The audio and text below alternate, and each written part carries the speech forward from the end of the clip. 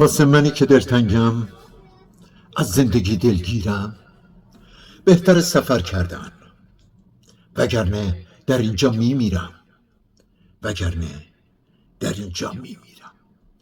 در گذر از هر گذری خبر نبود از خبری، نه زنده بود زندگی، نه مرگ را بود از سری، نه ارزش گلایه‌ای، نه فرصتی به چاره‌ای.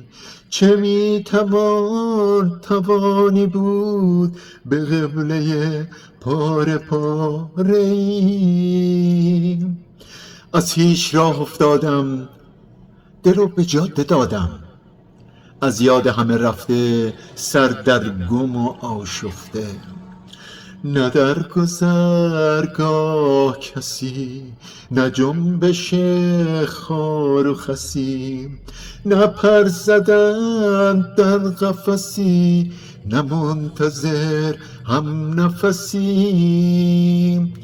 گفتم از چه میترسی؟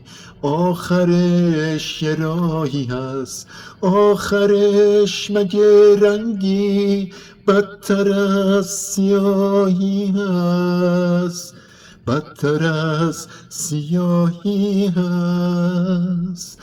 سهم دل ما این بود، آلوده و بیهوده، تا بوده همین بوده. نه رو سفید پیش یار، نه سرفراز در دیا. ببین چگونه گم شدیم سوار عشق در غبار. راه افتادم و هی رفتم، شاید دلم کمی واشه، به عشقی که یه جور امروز زود بگذره فرداشه، به امیدی که تا فردا نور امیدی پیداشه، نور امیدی پیداشه.